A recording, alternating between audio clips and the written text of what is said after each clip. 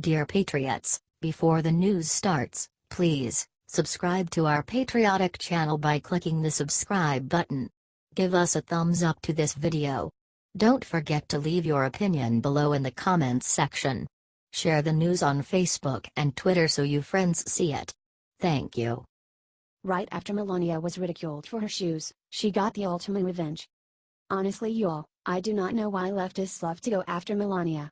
She's a businesswoman, model, and immigrant, for crying out loud. You'd think they'd love her. But in reality, they never miss a chance to put the First Lady down. The president and his wife were visiting Texas to visit the victims of Hurricane Harvey and see how the relief effort was playing out on the ground on Tuesday. The media, always looking to find something bad about anything the president does, for some reason picked up on the shoes Melania was wearing. These are just a couple examples of many. Now put this in perspective. Melania was a model. She is used to wearing heels. In fact, she wears heels practically every time she's photographed outside. It's her style, it's what she's comfortable in. Would I wear those heels? No. I would fall on my face in them within 3 steps. But if Melania can do it, more power to her. Melania's communications director Stephanie Grisham pushed back with this awesome statement in an email to Fox News.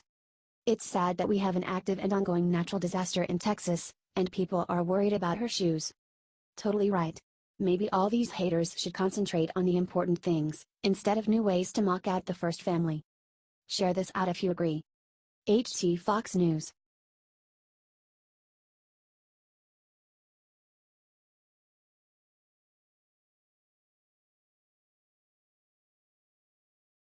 Senator Feinstein flipped.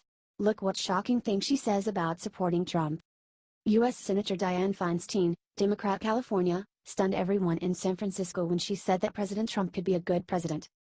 Feinstein shocked everyone when she declined to answer whether she thought Trump would be impeached. She then told the audience that they should be ready to see Trump finish all 4 years. The question is whether he can learn and change.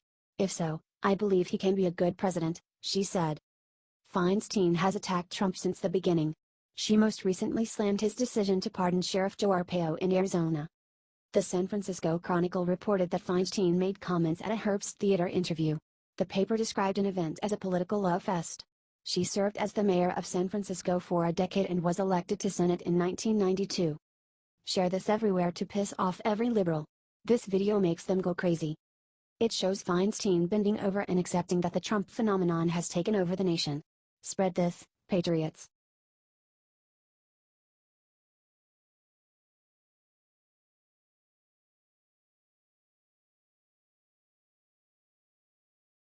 Applause. One congressman just stood up and did something genius to finally stop Mueller in his tracks. Republican Congressman Ron DeSantis had put forward an amendment that would stop Special Counsel Robert Mueller's Trump-Russia probe in its tracks, Politico reports. The amendment has 2 major key points. It will cut off funds to the investigation 6 months after it is passed. It will prevent Mueller from investigating any of Trump's business before his presidential campaign was launched in 2015. DeSantis provided the rationale for his amendment, saying that Mueller didn't identify a crime to be investigated and practically invites a fishing expedition. He continued. Congress should use its spending power to clarify the scope and limit the duration of this investigation. Deputy Attorney General Rod Rosenstein has said that the DOJ doesn't conduct fishing expeditions. The corollary to this admonition should be that Congress will not fund a fishing expedition. Preventing Mueller from going over time, over budget, and investigating everything under the sun by restricting his funds would be a great way to save tax dollars and force Mueller to investigate what actually matters. DeSantis' amendment is filed to a government spending package that the House will consider after Congress returns from the summer recess. His provision won't necessarily get a vote on the House floor, but it's a great idea and it shows that some congressmen are actually serious about confronting Mueller's pointless witch hunt. Would you like to see this provision pass? Share it loud and proud, patriots. HT Politico.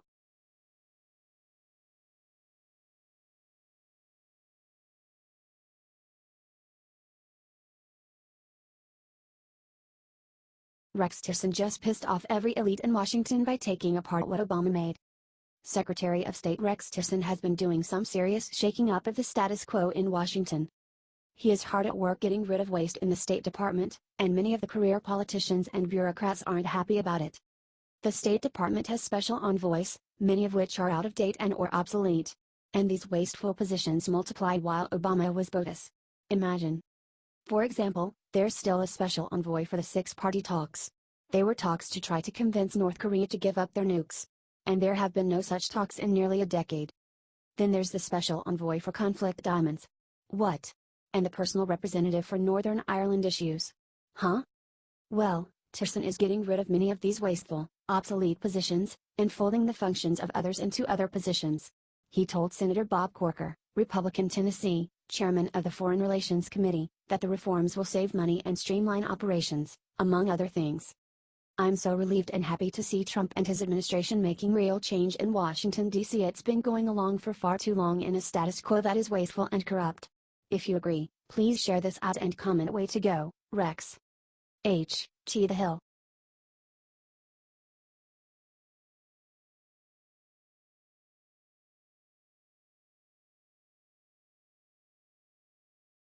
God bless, 34-year veteran Houston police officer just gave all for his city. Hurricane Harvey has devastated Houston as well as other parts of the great state of Texas. The death toll from the hurricane has risen to 15 at last count. One of those people who lost their life is 34-year veteran Houston police officer Sergeant Steve Perez. He told his wife before he left home to report for duty that he had work to do, against her protest that he stay home. While most people should have evacuated or at least stayed home, Sergeant Perez had a job to do, and he gave his life to do it. Rescuers discovered Sergeant Perez's body in his flooded vehicle. He is survived by his wife and grown son and daughter. Our prayers go out to them. It's so sad to hear of the loss of a police officer who has served so long. This hero was lost in the line of duty, trying to protect and serve. Our hearts go out to his family. The Daily Mail.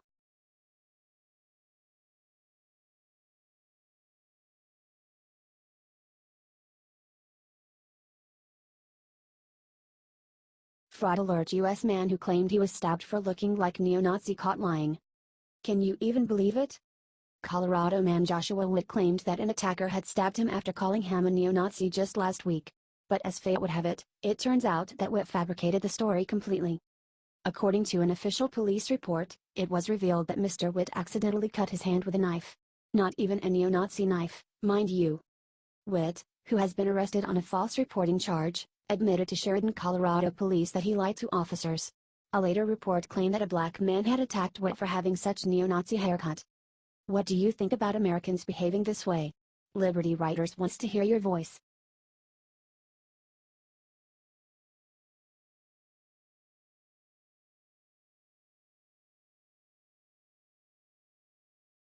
Urgent: Trump hater threatens to shoot Trump at airport. Look what happened to him. Trump just visited Texas on Monday and said that he has on his way to Texas.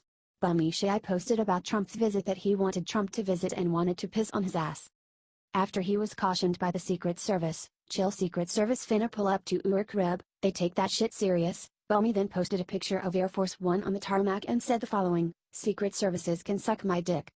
Bummy then posted the following video of vehicles on the tarmac with the following caption: they ain't playing.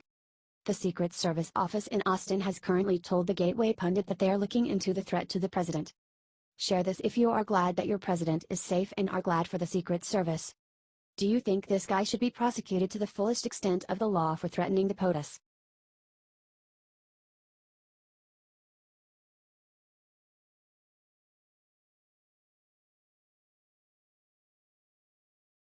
Final revenge: mayor of Berkeley just did one thing that will put Antifa in jail. Well, y'all, it finally happened. Antifa has just finally been stabbed in the back by one of their only real allies, the city of Berkeley. Berkeley Mayor Jesse Arreguin gained a backbone and shocked the entire alt-left establishment when he told reporters today, "I think we should classify them, Antifa, as a gang." However, he did not stop there. Arreguin actually admitted how dangerous the left has become. They come dressed in uniforms. They have weapons, almost like a militia. And I think we need to think about that in terms of our law enforcement approach. Although a militia terrorizing civilians for political ends seems a lot more like a terrorist organization than a simple gang. Still, it is a start. He even called out the mainstream media and the clueless college kids for giving Antifa cover for their sickening crimes against our constitutional freedoms. We also need to hold accountable and encourage people not to associate with these extremists because it empowers them and gives them cover. This is an amazing sign for our country if the most socialist city in the country is turning on their own violent political group. Now let's hold them accountable and make sure Antifa pays for their crimes by sharing this everywhere immediately.